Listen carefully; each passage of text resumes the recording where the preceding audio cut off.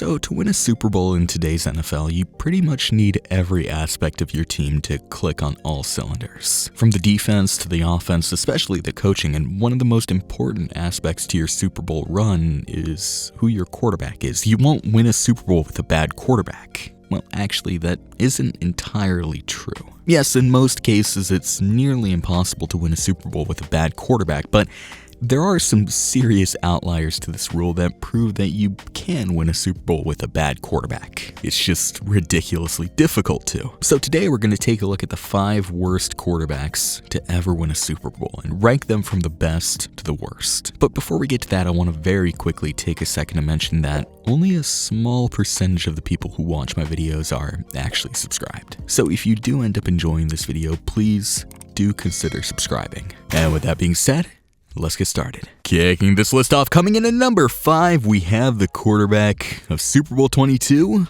Doug Williams. During a season that involved the players going on strike and games having to be played by replacement players as a result, Doug Williams etched his name into the history books as the first black quarterback to ever start a Super Bowl. However, he finds his way onto this list at number 5 due to his largely unproductive career in the NFL, along with the numbers he put up not being anything spectacular apart from what he managed to put up in the big game itself. He served as the backup quarterback for Jay Schroeder during the 1987 season, who at that point in time was looked at as the team's starter. Williams would have the opportunity to start 2 games during the regular season while Schroeder was injured, however, both starts ended in losses. He would as well step in on a few occasions to finish games out for the injury-prone Jay Schroeder, and in 1987 he passed for a grand total of 1,156 yards, 11 touchdowns to 5 interceptions, and completed only 56.6% of his passes. The Redskins would finish the season with an 11-4 record, good enough for first in the NFC East and 3rd seed in the NFC. Doug Williams would take over heading into the playoffs and would help lead the Redskins past the Chicago Bears and Minnesota Vikings, making it to the Super Bowl where the Redskins and Elway's Broncos were set to face off. And after having only put up 326 yards, 3 touchdowns to 1 interception, and completing less than 45% of his passes through the previous 2 playoff games, Doug Williams would have a game for the ages in Super Bowl 22, passing for 340 yards, 4 touchdowns, and 1 interception, and completing 62% of his passes, leading the Redskins to a 42-10 pummeling of the Denver Broncos. While he may have had one of the greatest single games in NFL history when it comes to the big game and in a moment that mattered most at a time in our world that mattered most, he still belongs on this list simply due to the fact that he never had that kind of success ever again. He was as well heavily aided by his stout defense, but at the end of the day, I feel as if this is really the only player on this list who truly earned his Super Bowl ring. The players that follow on this list kind of sat back and never really did much in the postseason, while Doug Williams had a game for the ages which would go down to have a major impact on the framework of the NFL itself. Coming in at number 4, we have the quarterback of Super Bowl 37, Brad Johnson. The story of the 2002 Buccaneers is quite the interesting one, as in the offseason they had traded the Raiders for the rights to their coach, John Gruden, who would come in to replace Tony Dungy starting in the 2002 season, and in his first season with the team they went from a 9-7 record to a 12-4 record. But it's interesting because their offense actually got worse in 2002, going from the 15th ranked in 2001 to the 18th ranked offense in 2002, but their defense took a huge step forward, dominating in both the pass and run game, and became the number 1 ranked defense in the league under John Gruden in his first year with the team. I'm getting a little bit ahead of myself though. Brad Johnson, a player picked up by the Vikings in the 9th round of the 1992 NFL Draft with the 227th overall pick, came over from Washington in 2001 and found himself thrust into the starting role in Tampa almost immediately, a role which he'd maintain when Gruden came to town. In 2002, Brad Johnson would start 13 games where he'd pass for 3,049 yards, 22 touchdowns to just 6 interceptions, and complete 62% of his passes, leading the Buccaneers to a 10-3 record through those 13 games. With a solid regular season performance such as the one Brad Johnson put up, you may be scratching your head wondering why he's on this list. Well, Brad Johnson finds his way onto this list thanks to his implosion in the playoffs. The Buccaneers entered the 2002 NFL playoffs with the 2nd seed, falling short of the 1 seed which had been position occupied by the Philadelphia Eagles. The defense would go on to absolutely suffocate the teams they faced, holding the 49ers to just 6 points and the Eagles to just 10 points in the NFC Championship, thus punching their ticket to a date with John Gruden's previous team, the Oakland Raiders, in the Super Bowl. And Super Bowl 37 would prove to be a one-sided affair as the Buccaneers defense absolutely suffocated the Oakland Raiders offense whilst putting up 48 points of their own, taking home their first Lombardi trophy. On the way to this Lombardi, however, Brad Johnson put up some numbers that simply weren't pretty by any means whatsoever. Putting up 670 yards through the air, passing for 5 touchdowns with 3 interceptions, and completing only 54% of his passes. Lucky for him, the Buccaneers' lethal defense made his implosion almost unnoticeable as the crowd was too busy watching the Buccaneers suffocate the opposition. Ultimately though, despite the fact that some of the guys later in this list put up some better numbers than the playoffs, I have Brad Johnson placed here because of his regular season statistics, which are some of the best on this list. At the end of the day, Brad Johnson's career would never amount to really anything above mediocrity moving forward, with his 2002 season being his career's highlight. Coming in at number 3, we have the quarterback of Super Bowl 20, Jim McMahon. For some odd reason, I feel as if this one will kind of come out of left field for many, as Jim McMahon is often referred to as one of the better Bears quarterbacks of the team's 100-year-long history. But don't get it twisted. Jim McMahon definitely belongs on this list for his performance back in 1985. Everyone knows the tale of the 85 Bears. Despite maybe not being all there statistically, they are largely recognized as the greatest defensive unit of all time. And in 1985, we saw that unit reach its absolute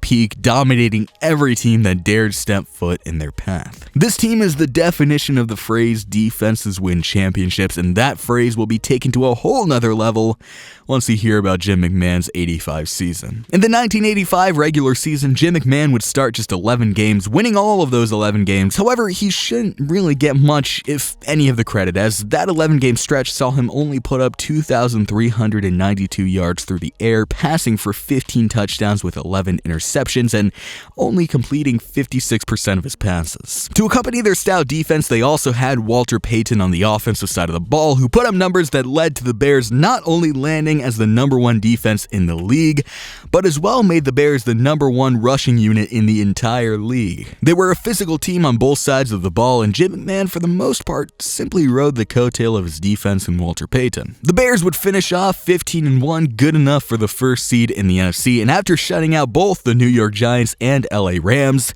they'd punch their ticket for a date with the New England Patriots in the Superdome for Super Bowl 20. And while they wouldn't continue their shutout streak, they would score 46 points whilst keeping the Patriots limited to just 10 points and take home the Lombardi Trophy. In the playoffs, Jim McMahon accounted for only 21 of the Chicago Bears' 91 points, passing for a grand total of 636 yards, 3 touchdowns without an interception, and completing just under 60% of his passes. You have to credit him though, he did not make any mistakes that could have possibly jeopardized the team, but overall he was not a key piece to that Super Bowl run by any stretch of the imagination. I thought about placing him even lower on my list simply because he was the most useless player on this list for his team, but when compared to the players further down on this list, he actually put up better numbers. So Jim McMahon slots in at number 3 on this list. Coming in at number 2, we have the quarterback of Super Bowl 25, Jeff Hostetler. Jeff Hostetler started the 1990 season as the backup to Hall of Famer Phil Simms, and things would stay that way throughout the majority of the 1990 season up until the point where Phil Simms went down with a fracture in his right foot. After Phil Simms went down with injury, having gone 11-3 throughout his first 14 games,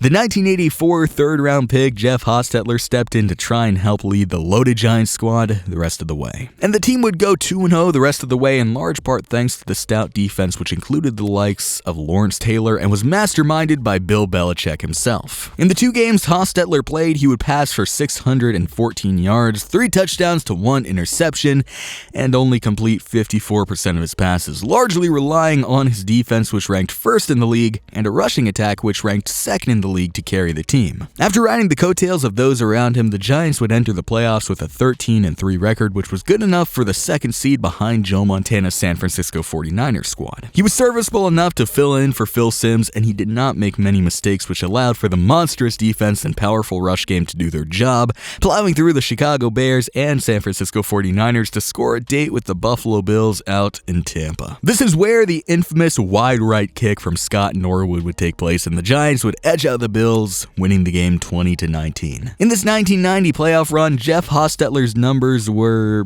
uninspiring to say the very least. He put up 510 yards through the air, passing for 3 touchdowns with 0 interceptions and completing 59% of his passes. Again, he did his job by not making any significant errors, sat back, and allowed his defense and run game to pull the rest of the load. The rest of Jeff Hostetler's career would see him bouncing around the league, never really reaching a point where he was anything but below average. And it's for that reason and the fact that he practically rode his team's coattails to a Super Bowl ring that he belongs on this list at number 2. And the worst quarterback to ever win a Super Bowl is the quarterback of Super Bowl 35, Trent Dilfer. 8 games into the 2000 NFL season, Tony Banks was benched for the remainder of what would go on to become the Ravens' first Super Bowl run in favor of Trent Dilfer. The 6th overall pick from 1994 was sent over to Baltimore in 2000 from the Tampa Bay Buccaneers, and the one season he spent in Baltimore would just so happen to be the year the team would go on to have one of the greatest defenses of all time. So all Trent Dilfer had to do was not F everything up and let the defense do the work, which is largely what he did. Through 8 games, he passed for 1,502 yards, 12 touchdowns to 11 interceptions, and completed less than 60% of his passes. And if a quarterback performed this way for really any other team, that team would have absolutely sucked. However, this is the 2000 Ravens we're talking about, so that was good enough to go 7-1 through the remaining 8 games, and the Ravens would go on to secure the 4th seed in the AFC. Throughout their playoff run, the defense would go on to hold the 4 teams they faced to an average of 5 points, with the most points given up being 10 points to the Tennessee Titans in the divisional round. They would tear through their opposition, practically shut the Giants out in the Super Bowl, and go on to take home the team's first Lombardi trophy in their team's short tenure. And through all of this, Trent Dilfer put up 590 yards through the air, 3 touchdowns with 1 interception, and completed only 47% of his passes in the playoffs. Trent Dilfer is easily the worst quarterback to ever win a Super Bowl, and it's not even really close by any measure of the imagination. And that will just about wrap it up for today's video. But before I go, let me ask you, who do you think is the worst quarterback ever?